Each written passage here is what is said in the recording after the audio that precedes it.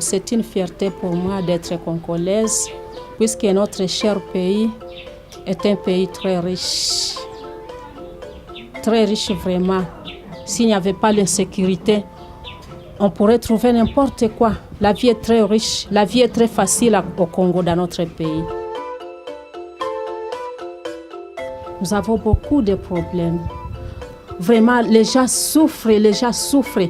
Chaque soir, les gens portent des bagages pour aller se réfugier ailleurs, dans leur propre pays. On est réfugié dans son propre pays. La pauvreté, on est très pauvre à cause de l'insécurité, à cause de la guerre. On fait l'exode rural. Vous êtes dans la brousse et vous êtes en train de vous réfugier dans la même brousse. On ne sait pas comment. Je suis une veuve à cause de l'insécurité. Mon mari a été fusillé dans ma propre maison, dans sa chambre à coucher.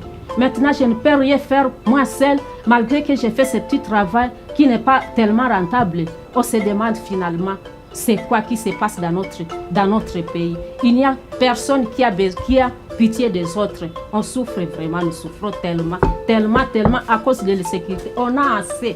On ne sait pas quand est-ce que notre Seigneur Dieu va descendre pour défendre tous ces gens qui sont en train de faire du mal à leur prochain.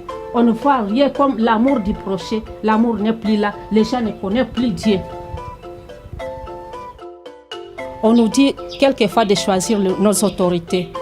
Et nos autorités là que nous choisissons, ils nous promettent de réaliser quelque chose, de faire quelque chose pour nous, pour la population. Mais par après, on voit le contraire, on ne réalise rien. Par exemple, on nous a parlé de 5 chantiers. Mais on continue toujours à souffrir. Il n'y a rien qui est réalisé. Nous choisissons bien, nous votons de nos députés, n'importe quelle personnalité qui sont à la hauteur de nous venir en aide. Mais par après, quand ils ont eu leur titre là, ils s'en vont, il ne faut rien pour la population continue à souffrir. Les personnes qui sont responsables de ces misères, ce sont nos autorités. Il n'y a pas d'autres personnes, c'est seulement nos autorités. S'ils prennent en main leurs responsabilités, cette misère va bientôt se terminer. Ce sont les responsables de ce pays. Si je deviens présidente de la République, je rétablirai la sécurité au Congo et j'améliorerai la vie sociale de la population. Nous attendons du nouveau président un changement extraordinaire. En voyant la misère que nous venons de traverser durant le mandat des autres qui sont devant lui, il faut que le peuple puisse respirer. Il faut que le peuple puisse se réjouir de son temps qui va rester au pouvoir, puisque nous en avons assez. Vraiment, l'avenir de ce pays, sans la volonté de Dieu, je constate qu'il n'y aura rien qui va changer.